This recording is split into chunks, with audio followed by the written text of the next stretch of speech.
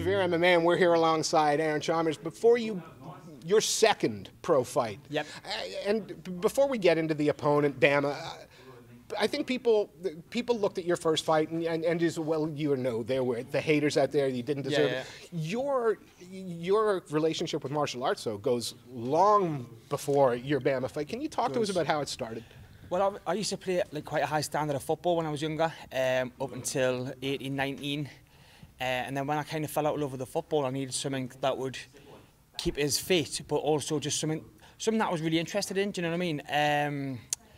And I just took up Muay Thai from 19 to I think maybe 20.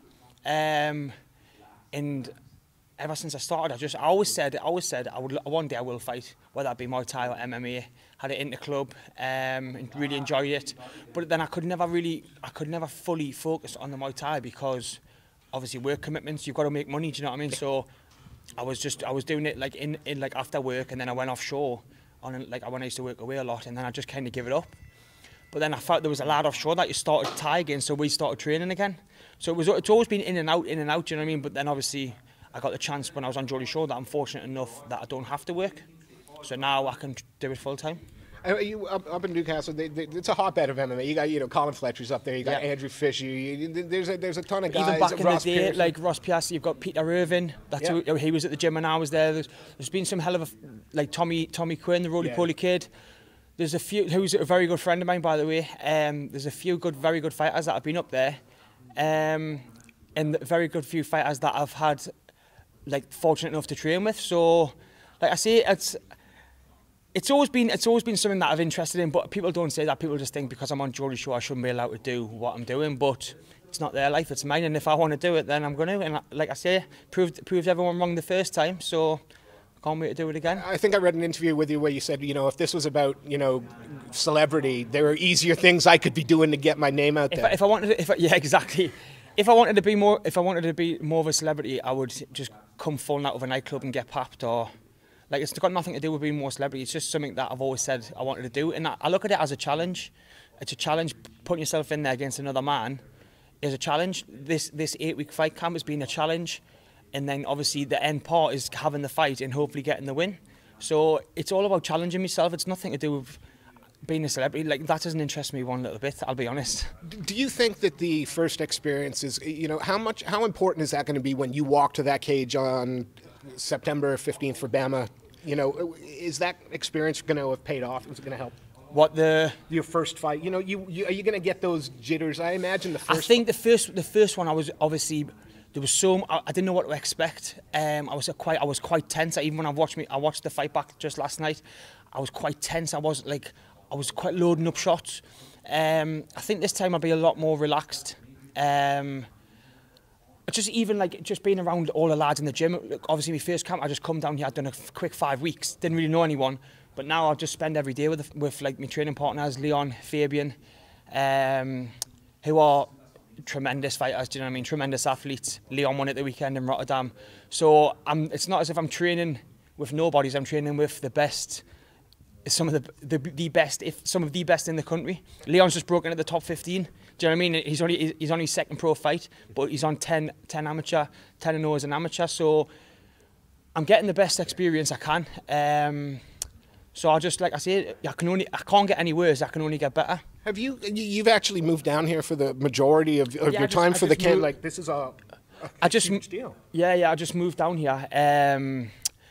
Obviously I live in Newcastle, but when it comes to fight camp, I just moved down here for the 8 weeks because that way there's no I'm here to train. Do you know what I mean? Like I take myself away from everything, friends and family, and just move here. And then that's it. Here for 8 weeks and get the job done. Well, let's talk about training camp because, as you say, you're at the UTC in Birmingham. Yeah. The alumni here, you know, Fabian, the 2-0 pro with a 10-0 amateur record, Bellator highlight reel. Leon, top 15 year. You've got Yannick, the Bama middleweight champion. You've got Jake Hadley, one of the best amateurs in the country. Does it feel like a sacrifice? Once you get down here, does it feel like a sacrifice to be down here? Nah, I don't feel like I'm sacrificing anything. If anything, I enjoy coming down here for the fight camp because every day I sit around these kind of fighters and I'm just learning.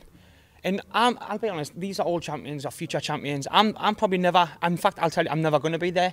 But I am enjoying myself, and as long as Bama keep wanting me to fight, and as long as I keep winning, then I'll happily keep fighting. Well, let's talk Alex Thompson then. You know, your first opponent was very, very, very, very stand-up heavy. Yeah. This guy, 6 amateur fights. Yeah. That's 5 fights already, more than you. Yeah, he's had a lot more experience. Stepping in for his pro debut. What do you know about Alex Thompson, and why is this fight good for you? What I know, I've watched some fights on him. He's a wrestler, so we've been working a lot on my wrestling. Obviously, he's a lot more experience. So, but the way I look at it now is everyone thinks the pressure's on me, but I don't think it is. I think the pressure is on him just as much as it is me. My first one, I think all pressure was on me. I didn't have a very good crowd behind us when I first walked out. But the way I look at it is, you can boo all you want. As soon as that cage door shuts, it doesn't really matter. Everything, all I've trained for in 8 weeks is put into play inside that cage. So, boo as much as you want. I don't really care. As for Alex Thompson, I think it's a good matchup. Like I say, he's 6 fights. He's had 6 fights. I've had 1, but I think that's quite a fair matchup. He's got a lot more experience. He's 2-4, so he's still got 1 more win than me. So yeah, I think it's a good matchup for us. Is it fair to say that perhaps the people that are looking to point fingers, did they forget that you didn't do amateur MMA, you didn't come up from the UKMF, you went straight into a professional MMA contest with a guy that had sort of 40 kickboxing fights under his belt.